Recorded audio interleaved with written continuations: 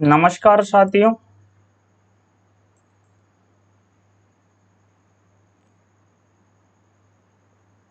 Welfare inspector के इस paper में आपका बहुत बहुत स्वागत है।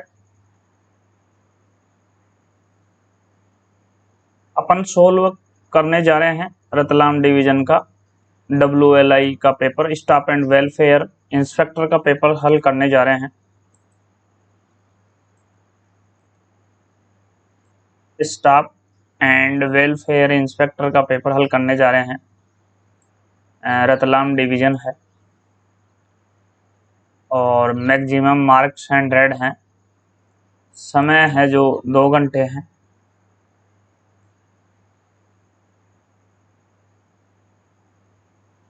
प्रश्न संख्या पेपर में 100 है और 10 राजभाषा के हैं। 110 प्रश्न हैं। 110 प्रश्नों के लिए जो मिनट हैं वो 120 मिनट हैं, यानी कि 2 घंटे हैं। RRB से या RRC से आए हुए हैं आप लोग हैं तो इतना तो सब जानते हैं, फिर भी ये सब बताना मेरा परम कर्तव्य है, इसलिए मैं आपको बार बार ये चीज़ें बताता रहता हूँ ताकि आपकी स्मृति में से कहीं कोई चीज़ निकल नहीं जाए। क्योंकि ये जो टाइम अलाउड है ये कई जगह 1.5 घंटा भी देखा गया है, लेकिन मैक्सिमम 2 घंटे ही रहता है। और ये जो पेपर है ये डेट आप देख सकते हैं 18 नवंबर 2021 का है, यानी बात करें तो लगभग 10 मंथ पुराना पेपर है आज की डेट में। तो देख लेते हैं, इंस्ट्रक्शन देख लेते हैं। इच क्वेश्चन कैरी 1 मार्क, प्रत्येक प्रश्न 1 अंक का है। अटेम्प्ट एनी 100 क्वेश्चन, कोई भी 100 प्रश्न हल करें और there will be negative marking and deduction of 1 mark for every 3 wrong answer. Negative marking की जाएगी, प्रत्येक 3 प्रश्न गलत पर 1 अंक काटे जाएंगे। ये आपके हिंदी में है। तो चलिए यहाँ जो पहला प्रश्न है उसकी बात करते हैं हम।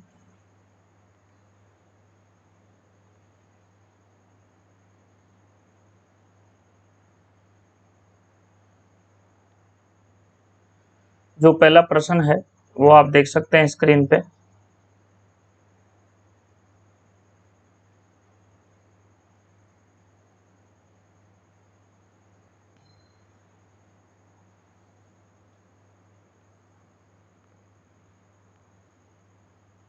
पहला प्रश्न है railway service hours of work and period of rest rules are amended इन।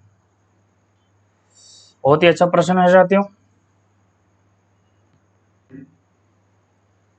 ये जो HO जो ये आप HOER देख रहे हैं,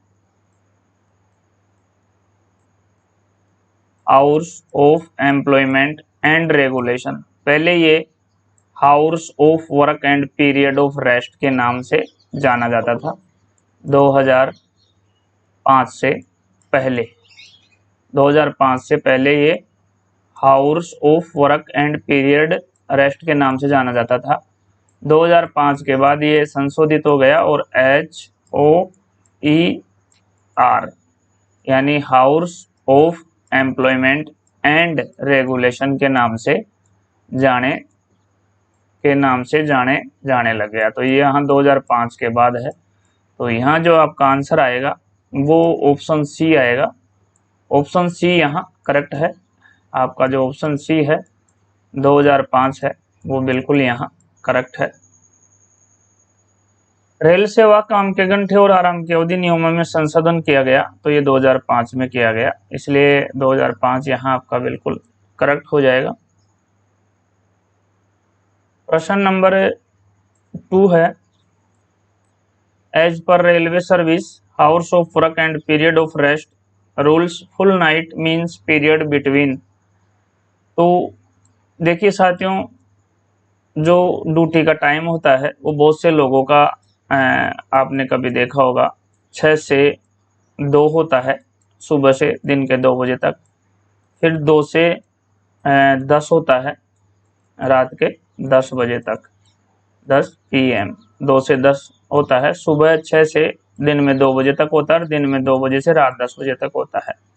और एक होता है रात को 10 PM से सुबह 6 AM तक, यानी रात के 10 बजे से।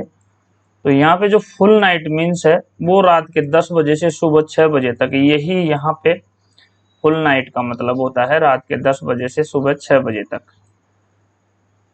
तो यहाँ पे जो आंसर होगा, कभी भी आपने नाइट अलाउंस देखा होगा, वो नाइट अलाउंस जो बनता है वो रात की ड्यूटी के 10 बजे से सुबह 6 बजे तक की ड्यूटी के बीच बनता है। यदि मान लीजिए किसी कर्मचारी ने रात के 12 बजे तक की ड्यूटी करी, तो फिर उसका 10 से 12 2 घंटे ही नाइट अलाउंस बनेगा।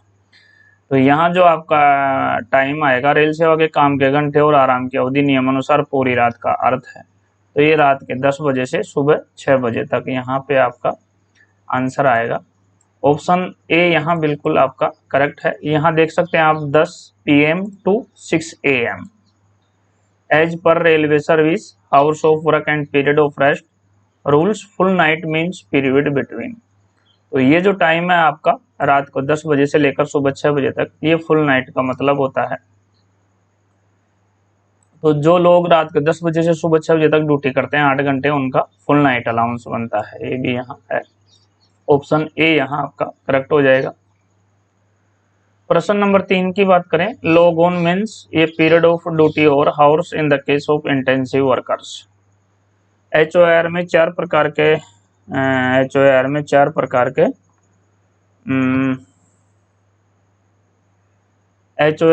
प्रकार के होते हैं, इंटेंसिव, कंटिन्यूस, EI और एक्सक्लूडेड होता है। 4 प्रकार होता है HOR का। आप लोग ये बहुत अच्छी तरह से जानते होंगे। यदि नहीं जानते हैं तो आप HOR का जो टॉपिक है उसको पूर्णतया पढ़ लीजिए, क्योंकि HOR का जो टॉपिक है उसमें से 3-4 प्रश्न, कई बार तो 7-8 प्रश्न तक NW वेलफेयर इंस्पेक्टर के पेपर में, या जूनियर क्लर्क या सीनियर क्लर्क के पेपर में, या APO के पेपर में ये प्रश्न इस टॉपिक से बहुत ज़्यादा देखे गए हैं। तो यहाँ लॉग ऑन से जो मतलब होता है वो 8 घंटे से होता है। Log on means A period of duty और 8 hours in the case of intensive workers. Intensive workers के लिए यहाँ 8 घंटे का टाइम होता है। गहन कामगारों के मामले में लॉग ऑन का अर्थ है 8 घंटे से अधिक की ड्यूटी अवधि। तो यहाँ सीधा सट आंसर अपना 8 घंटे हो जाएगा, 8 आवर। तो यहाँ ऑप्शन सी आपका बिल्कुल करेक्ट है। तीसरे में सी आपका बिल्कुल करेक्ट है। और जहाँ log on means A period of duty और अगर कंटिन्यूस के मामले में बात करें, देखिए यहाँ दोनों है। यदि आप कंटिन्यूस के मामले में बात करते हैं,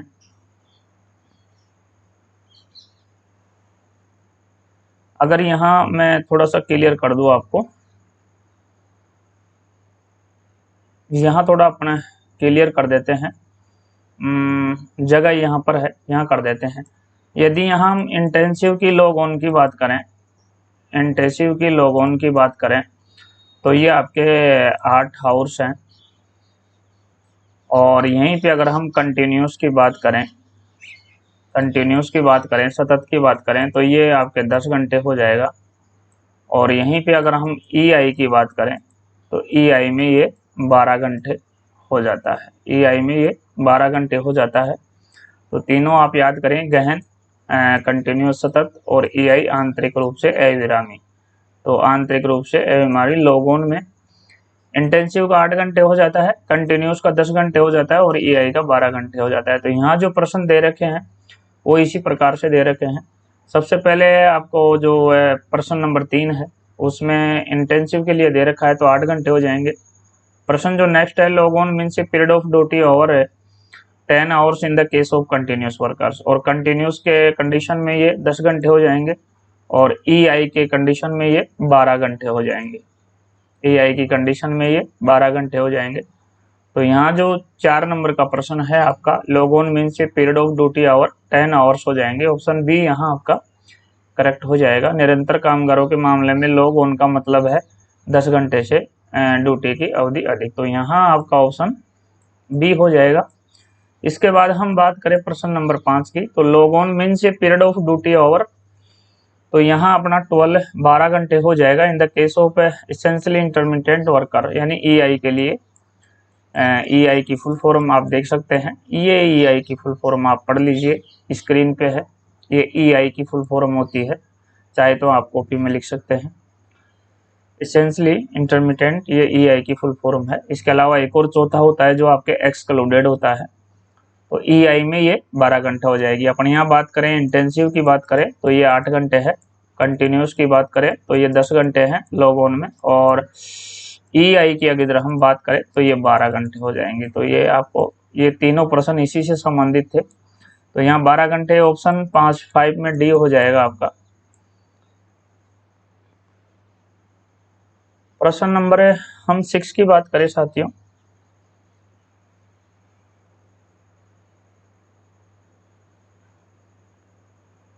प्रश्न नंबर हम 6 की बात करें, प्रश्न नंबर हम 6 की बात करें तो 6 देख लेते हैं। Road side station means a station other than one an important junction station, a station with marshalling yard, an important terminal station, a station from which trains are ordered as a regular measure, which is correct in above. इनमें से कौन सा, ऊपर में से कौन सा सही है। यानी सड़क के किनारे स्टेशन का अर्थ है। इसके अलावा एक स्टेशन एक महत्वपूर्ण जंक्शन स्टेशन, मार्शलिंग यार्ड वाला स्टेशन एक महत्वपूर्ण टर्मिनल स्टेशन, एक स्टेशन जहां से नियमित उपाय के रूप में ट्रेनों का आदेश दिया जाता है। ऊपर में से जो सही है, यहाँ पूछा है कि कौन सा सही है। तो यहाँ सारे ही सही हैं, उपरोक्त सारे ही कथन सही है। तो अपन यहाँ 6 की बात करें तो यहाँ पे जो ओनली वन है फर्स्ट में, बी में बोथ फर्स्ट एंड सेकंड है, थर्ड में फर्स्ट एंड सेकंड है, और डी में है जो 1, 2, 3 एंड 4। तो ये चारों सही है। तो आपका यहाँ ऑप्शन डी राइट बनता है। 6 में डी आपका यहाँ राइट बनता है। तो 6 में अपन यहाँ डी ले लेंगे। प्रश्न नंबर 7 है, power to declare the employment of a railway employ intensive और essential intermittent waits with head of the railway administrator which can be delegated to. Railway कर्मचारी के रोजगार की गहन या अनिवार्य रूप से आंतरिक घोषणा करने की शक्ति रेलवे प्रशासन के प्रमुख के पास निहित है, जिसे प्रत्यायोजित डेलीगेट किया जा सकता है। Power to declare the employment of a railway employ intensive और essential intermittent waits with head of the railway administration which can be deleted to. तो ये डीआरएम, एजीएम, डिपार्टमेंटल, पीएचओडी और पीसीपीओ। तो यहाँ अपन आंसर की बात करें तो इसके हिसाब से जो आपका आंसर बनता है वो ऑप्शन डी बनता है। पीसीपीओ साहब हैं इसके लिए, पीसीपीओ साहब हैं, प्रिंसिपल चीफ पर्सनल ऑफिसर। यहाँ हो जाएगा आपका आंसर 7 में डी हो जाएगा, principal chief personnel officer. PCPO साहब यहाँ हो जाएंगे। पीसीपीओ के नाम को भी आपका ध्यान होना चाहिए रतलाम डिवीजन वालों का कि वर्तमान में वहाँ के पीसीपीओ साहब कौन है। एग्जाम में पीसीपीओ का नाम भी पूछ लिया जाता है। तो वर्तमान में रतलाम डिवीजन का पीसीपीओ कौन है, ये आप मुझे कमेंट्स बॉक्स में बताने की कृपा करें कि आज की डेट में वर्तमान में वहाँ पर कौन है। यहाँ आपका आंसर डी ऑप्शन हो जाएगा। अधिकारियों का नाम आपको हमेशा याद रहना चाहिए क्योंकि अधिकारी समय समय पर बदलते रहते हैं, ट्रांसफर हो जाता है अधिकारी महोदयों का, तो वो बदलते रहते हैं। तो आपके जितने भी आप डीआरएम हैं, एडीआरएम हैं, पीसीपीओ हैं, जीएम है, एजीएम है, सीईओ है, सीआरबी है, इनका नाम आपको हमेशा, रेल मंत्री है, रेल राज्य मंत्री, इनका नाम हमेशा याद रहना चाहिए। 1-2 प्रश्न यहाँ से जरूर प्रश्न पत्र में टपक जाते हैं। चलिए 8 की बात करते हैं हम। प्रश्न नंबर 8 है, matrons in railway hospital comes under which of following classification. Railway अस्पताल में जो मैट्रन का पद होता है वो HOR के किस वर्गीकरण के तहत आता है। तो HOR के 4 होते हैं, 4 वर्गीकरण होते हैं और चारों आप इस ऑप्शन में देख सकते हैं। पहला आपका इंटेंसिव होता है, और दूसरा आपका कंटिन्यूस लिया जाता है, तीसरा आपका EI लिया जाता है और चौथा आपका एक्सक्लूडेड लिया जाता है। तो ये जो मैट्रन का पद होता है ये एक्सक्लूडेड में आता है। ये जो मैट्रन का पद होता है ये एक्सक्लूड में आता है और ये बहुत ही अच्छा प्रश्न है, कई बार रिपीट हुआ है प्रश्न पत्रों में, तो आप इसका अच्छे से याद रखें। तो यहाँ 8 में आपका बी ऑप्शन करेक्ट हो जाएगा।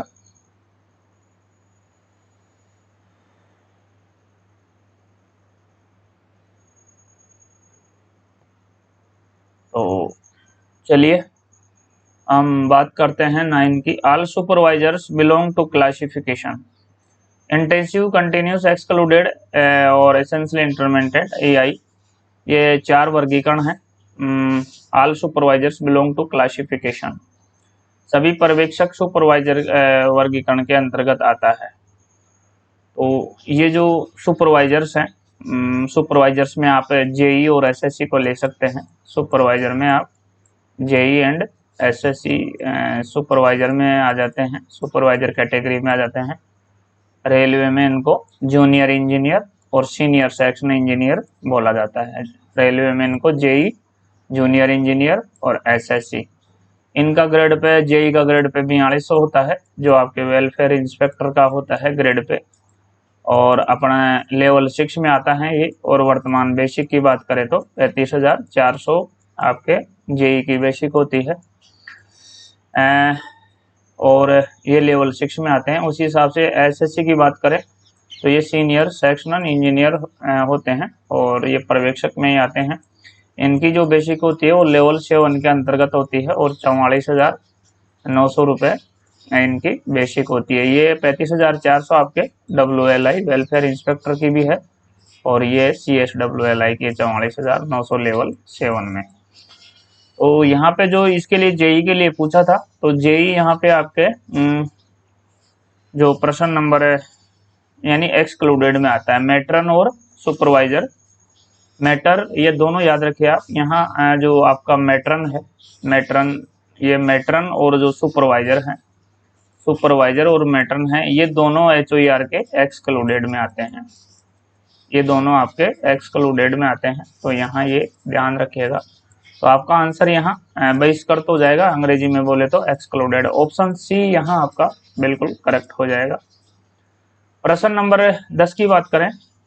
Any appeal against classification under HOER can be submitted to regional labour commissioner within days, यानी रेल सेवा, काम के घंटे और आराम की अवधि नियमों के तहत वर्गीकरण के खिलाफ कोई भी अपील कितने दिनों के भीतर क्षेत्रीय श्रम आयुक्त को प्रस्तुत की जा सकती है।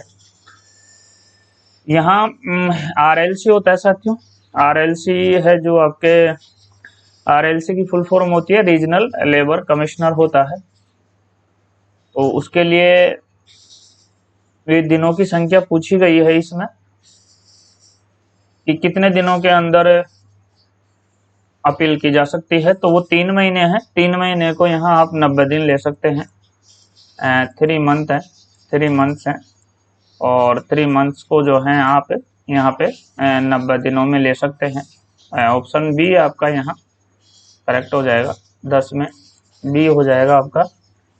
11 की हम बात करें, प्रश्न नंबर 11 है normally all appointments on compassionate ground should be made within a period of, वर्षों की संख्या पूछिए यहाँ, years from the date of occurrence of the event entitling the eligible person to be appointed on this ground, यानी CGA ground पे appointments की बात चल रही है। आमतौर पर अनुकंपा के आधार पर सभी नियुक्तियां पात्र व्यक्ति को नियुक्ति घटना की तारीख से 5 वर्षों के भीतर हो जानी चाहिए। 5 वर्षों के भीतर हो जानी चाहिए। तो यहाँ पे जो आपका आंसर बनेगा वो 5 वर्ष बनेगा। ऑप्शन ए यहाँ आपका बिल्कुल करेक्ट है।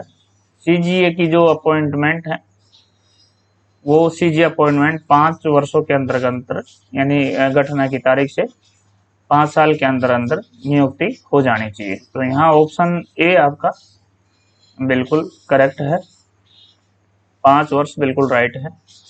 प्रश्न नंबर 12 है, Under appointments on compensation and ground, the application should be submitted within 2 years after attaining majority। कहने का मतलब यह है कि अनुकंपा के आधार पर नियुक्तियां अंतर्गत 18 वर्ष आयु प्राप्त करने के बाद 2 वर्षों के भीतर नियुक्ति आवेदन प्रस्तुत कर देना चाहिए। अगर आपने 18 वर्ष की आयु प्राप्त कर ली है तो उसके 2 वर्षों के अंदर अंदर उसके जो नियुक्ति का आवेदन है वो प्रस्तुत कर देना चाहिए।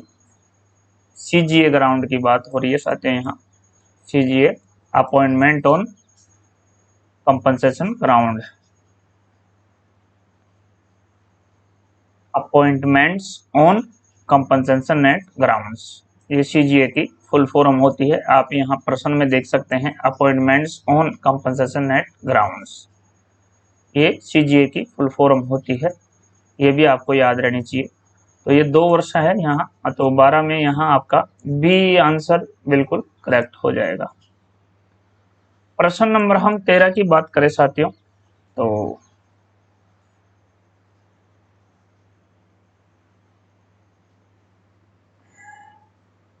प्रश्न नंबर 13 है, request to grant the benefit of compensation net appointment can be considered after a lapse of at least years from the date from which the railway employee has been reported missing, provided that on FIR has been lodged। अनुकंपा के भीतर नियुक्ति का लाभ देने का अनुरोध जिस तारीख से रेलवे कर्मचारी के लापता होने की सूचना मिली है उस तारीख से कम कितने वर्ष के अंतराल के बाद विचार किया जा सकता है, बशर्ते कि FIR दर्ज की गई हो। तो FIR दर्ज करने के बाद उसका जो टाइम है वो 2 वर्ष है साथियों, वो आपके 2 वर्ष हैं।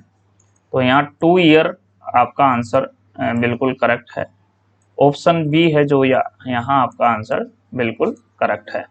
FIR दर्ज होने के बाद लापता जो कर्मचारी होता है, जो कर्मचारी लापता हो जाता है उसकी हम थाने में FIR दर्ज कराते हैं।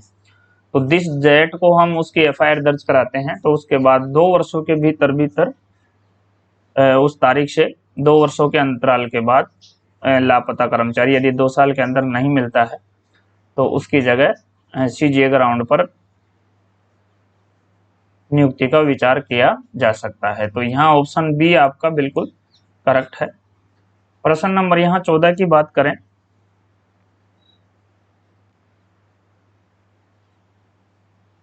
तो प्रश्न नंबर 14 है, competent authority for approving relaxation in upper age limit in case of compassionate ground appointment cases. तो इसके लिए जो आपका आंसर होगा, अनुकंपा के आधार पर नियुक्ति के मामले में ऊपरी आयु सीमा में छूट को मंजूरी देने के लिए सक्षम प्राधिकारी है। तो डिवीजन के अंतर्गत ये DRM साहब हैं, DRM साहब हैं। अगर CGA ग्राउंड पर CGA ग्राउंड पर आपको ऊपरी आयु सीमा में छूट चाहिए, तो ऊपरी आयु सीमा में छूट के लिए जो सक्षम प्राधिकारी हैं वो DRM साहब होते हैं। और यदि यहीं अपन बात कर लेते हैं मिनिमम, ये तो ऊपरी, और जिसको अपन बोलते हैं मिनिमम आयु जो 18 वर्ष रखी गई है, उसमें यदि आपको 1 साल की छूट चाहिए तो उसके लिए GM साहब होते हैं। और 2 साल की छूट चाहिए, 2 साल की छूट चाहिए तो उसके लिए रेलवे बोर्ड चाहिए, उसके लिए रेलवे बोर्ड। यानी 18 में 1 साल की GM महोदय छूट दे सकता है, तो ये 17 पे आपका काम हो जाएगा। और मिनिमम 18 पे यदि रेलवे बोर्ड 2 साल की छूट देता है तो 16 वर्ष की आयु में आपका काम हो जाएगा नियुक्ति का CGA ग्राउंड पे, CGA ग्राउंड पे। और यदि आपको ऊपरी आयु सीमा में छूट चाहिए तो ऊपरी आयु सीमा में आपके जो DRM महोदय हैं वो इसके लिए सक्षम प्राधिकारी हैं। तो यहाँ आंसर जो आपका बनेगा वो DRM महोदय बनेगा, यहाँ आंसर जो बनेगा वो DRM महोदय बनेगा। ऑप्शन डी यहाँ आपका करेक्ट आंसर है। प्रश्न नंबर 15 है साथियों, प्रश्न नंबर जो 15 है,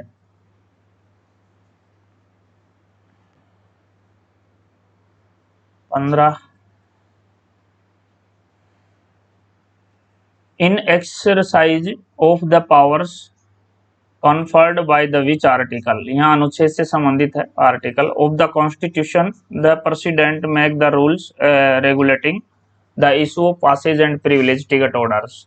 ये जो प्रिविलेज टिकट ऑर्डर है ये आपके पीटीओ की फुल फॉर्म है, ईटीओ प्रिविलेज टिकट ऑर्डर।